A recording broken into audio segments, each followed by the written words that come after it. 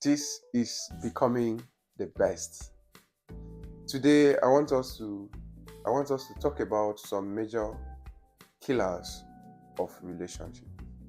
But I won't be doing it alone. I'll be doing it with my wife.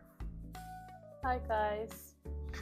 Okay, so babe, what do you have to say about some major killers of relationship? Um well, one thing I think would kill relationships so fast would be lies, you know. Okay. Lies could be in any form, like maybe you're telling lies about your age because you're suspecting that maybe the person won't be so comfortable with your age. So you lie about it from the beginning. It could be your genotype, you could lie about it as well. It could be anything at all. It could be your family situation or your family challenges. You could lie about it as well, because of the fear of what the other person might see you as, or what the person might think after that, or if the relationship would hold. Sometimes it could be lies about your the fact that maybe you have a child or something like that. When the person finds out, it's going to be very hard to grow that relationship again, because you'll be feeling like the relationship was built on a lie. So that's one thing I think would end a relationship. Okay. So, as we were talking about this lie stuff, that just reminded me of a lot of men, especially our gender. When you are meeting a young lady for the first time, people lie a lot about their financial capacity. Okay. So you hear things like, I have a house, I have a company here, I have a company there. But the truth is, all of that is it's not necessary. Just be yourself. Say the truth. If the person wants to be a part of your life, the person will be. It's sad for you to try to build something new, a foundation of a relationship on life. It won't last. It will definitely break. That's right. Yeah. Okay, so I also want to consider another point that could be a major killer of relationship. And that point is anger. Okay. Yeah. A lot of people are struggling with anger issues. Okay. A little thing will get them upset. And eventually they see themselves in a relationship. Young girl, young guy, please work on your anger level. You won't be able to meet up in a relationship when you are busy struggling with anger. So every time you are just angry over nothing, as a matter of fact, it could be that something happened and he or she decides to transfer the aggression. You are not even the person that caused him to be angry. Something just happened somewhere, maybe at work. Example, maybe the person is a Man U fan and Man U lost the game. Something like that. And the person is going to be so pissed off and transfer the aggression to the wife or to the girlfriend or whoever. You can imagine. Yeah. Waiting concern sport where you go watch with transferring of aggression to your partner. It happens, People are playing football somewhere, earning their money. Instead of you to just go there, have fun, come back. The moment, especially our gender, the mode will change. The next thing, what is happening? Babe, what is happening? Nothing is happening. Something is wrong with you. That thing is not normal. See the anger issue that you are struggling with. It's not normal. You need deliverance. Acknowledge it, that this is what you are struggling with. The first level of deliverance is to be aware. Stop justifying yourself. Stop trying to, justifying your reasons for behaving that way. Acknowledge that this is what you are struggling with. Help will come to you. Exactly. Yeah. And I also want to add to that, because like the ladies, most times, because of hunger, they could be destroying things. Maybe you go to visit your boyfriend or your partner or whoever, then you're upset about something. Instead of you to talk about it, you just decide to break the TV, you decide to break the stove, you decide to break the table. Like those kind of things would be what the man would be like, oh no, I can't cope with this, or even the male, or you could also be attacking your wife, I mean physically abusing her because you're upset. Sometimes you'll be like, I'm so sorry when you're done doing it, but you already did it. So it's very important to watch your anger issues, like seek for help if you really need to.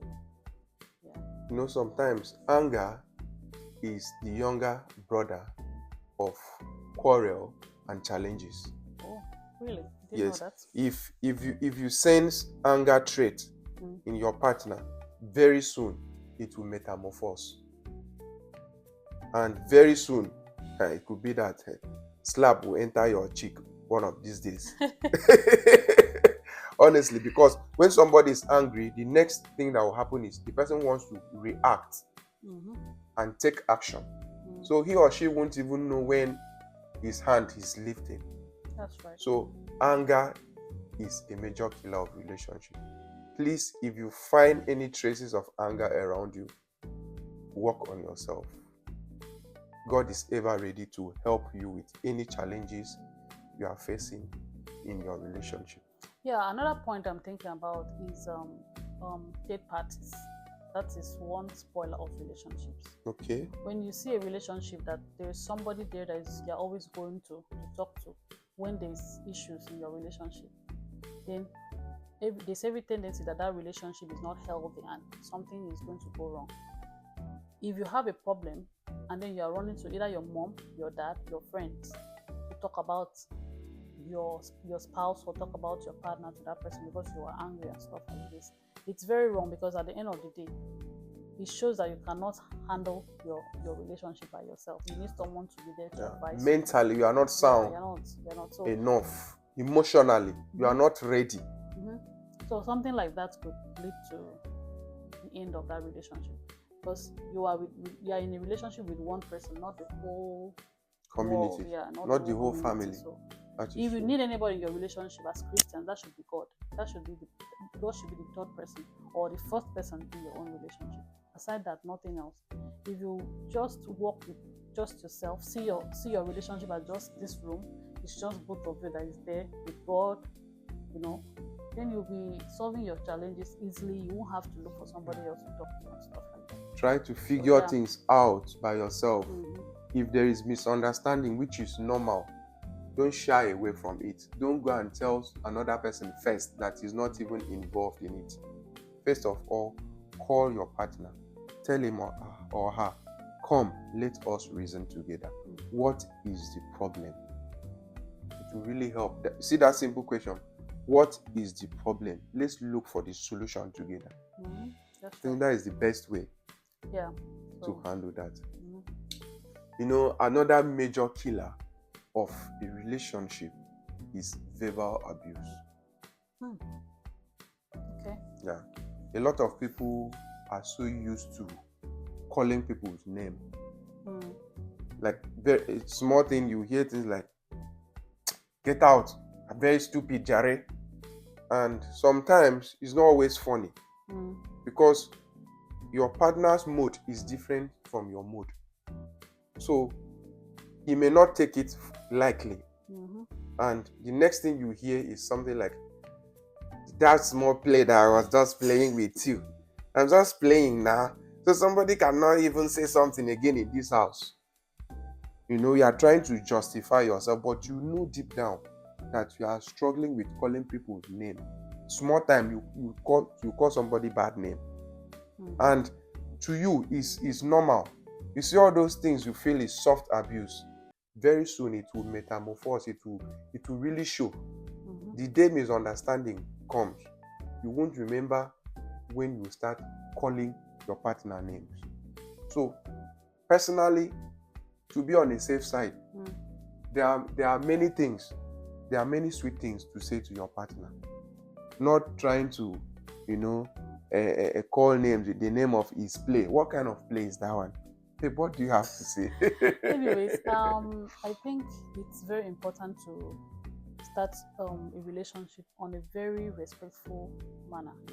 Some people don't really mind if they call them names, but it's not really healthy, because imagine having kids in the house and then your kid is watching you, or your children are watching you exchanging like this kind of funny names. Sometimes these names you call your partners are things that are your partners are not so comfortable about. Yes. Should I say their weaknesses, or should I say their flaws? You use it against them. Or you are seeing it as you are joking. That is not a joke. Yeah. So let's just say, what can we even make an instance with? Let's just say your partner is what is an excuse? Okay, let's just say your partner has some physical challenge, or I don't know if I should say physical challenge. Or there is a part of his body that she's or not her so body. proud of. Yes. Okay, let me say, for instance, you say your partner has a long mouth, and you know that your partner is not so comfortable about the length or the size of her mouth, and then you're using it to make jokes. You'll be hearing things like, "See, this is your long mouth." It's not nice. It's not all funny. Those kind of things can make someone to like leave the relationship. Or even if, let's just say, your partner is very like, he's chubby, or he has added weight, and she's complaining about it, she's finding it hard to lose weight. You'll be like, "See how fat you are, see how you fat," like all those kind of things. For you, it's a joke. It's not a joke. That is a very irresponsible thing to say. If people should yap your partner, that shouldn't be you. You should be the one to encourage and invest in your partner's like maybe if it's in the workout thing, to invest in maybe gym, or encourage just so to that give her a better shape. Yes, if you don't like the way she looks, it should be your responsibility to help her. Exactly. Instead of you to be making some funny kind of jokes, it's not really funny. Yeah, so that's one reason I think would cause relationship to die. Yeah, I'll go down the line. Yeah. Okay. I also want us to talk about this striking point. This one is very important. Which one is that? Entitlement mentality. Okay. Yes. Okay. A lot of relationship dies as a result of entitlement mentality. People don't appreciate the little effort that their partner is putting to make the relationship work. No appreciation. There is nothing you give to your partner that should even appreciate. You'll be like, I deserve better. Is this all you can give me? Like, I don't get. This person is just your partner. This person is not your father. This person is not your mother. There are limitations to things that he can do for you. And even if he wants to do more, you can't get those things from him by, not being appreciative. Right? At least, if this is what he can afford, appreciate. Tell him thank you.